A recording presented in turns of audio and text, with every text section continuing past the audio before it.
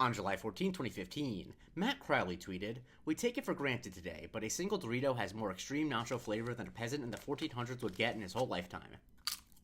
This is the Museum of Twitter, the show we talk about the most important tweets in the history of Twitter.com. Yes, I did buy Doritos just for this episode, but the bonus is now I have Doritos to eat. This is one of those tweets that I really like, because it is both very funny on its face, and I think is also useful as a screenshot to send in certain situations. Or it can be applied to various other things. But let's talk about why it's funny. First and foremost, it is very funny to imagine a peasant eating a Dorito. Because when we think about 1400s peasants, we imagine them eating plain bread, gruel, maybe some stale meat. And so yeah, it makes sense that their minds will be blown by eating one Dorito. Because we do take it for granted, but a Dorito is an insane thing flavor-wise. Nothing in nature tastes like a Dorito. And to be clear, I don't think that that's a bad thing. My body's like 95% unnatural chemicals. But I think the thing that really drives home this tweet of being funny, beyond just the idea of someone in the past eating a futuristic food, is the phrase extreme natural flavor. Because if Matt had said a single Dorito has more varied flavors than a peasant in the 1400s would get in his whole lifetime, that would probably still be true, but it would not be as funny. The funny thing is that he's using like Doritos branding, extreme nacho flavor, as if that is some sort of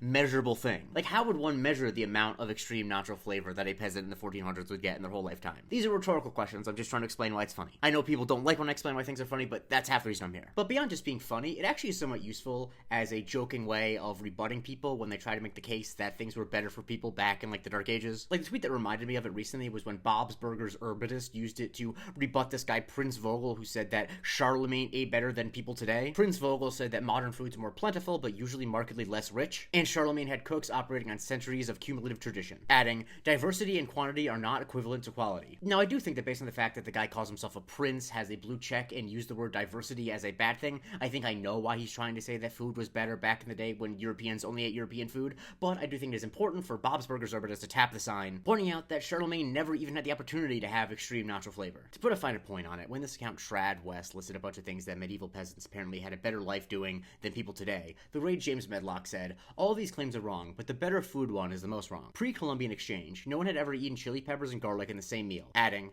"The whole, we take it for granted today, but a single Dorito has more extreme nacho flavor than a peasant in the 1400s would get in their whole lifetime thing is unironically true." Like, it's not just the unnatural part of Doritos that people couldn't have. For a lot of history in the world, the ingredients that make up a Dorito were never in the same place. Like, think about how essential tomatoes are to Italian cooking, and then realize that, wait, in the 1400s, tomatoes did not exist in Italy. And I like cacio e pepe as much as the next guy, but I need a little bolognese and a little vodka sauce. I need something. Maybe this is just a personal pet peeve of mine, but like, I think it is irresponsible to say that you would have had a better life living any time in the past, unless that past is like 50 years ago. There are a lot of more concrete reasons for that, like the fact that if you had kids, like half of them wouldn't make it to 5. But just food-wise, what are you talking about? Of course food is better today than it used to be. Watch one episode of Sandwiches of History and tell me that people in 1920 had better food than we do today. They used to put so much salt on meat just to make sure it didn't spoil. Yeah, it's processed, it looks weird, it's not good for you, yada yada yada. But you know what else isn't good for you? Half-spoiled meat and bread that is as hard as a rock. Okay, I think I hit my own nerves. Let's get back to the funny part. The tweet has been referenced in many ways, with different words getting replaced. One example is that when Pringles announced that they had a roasted turkey flavor in 2019,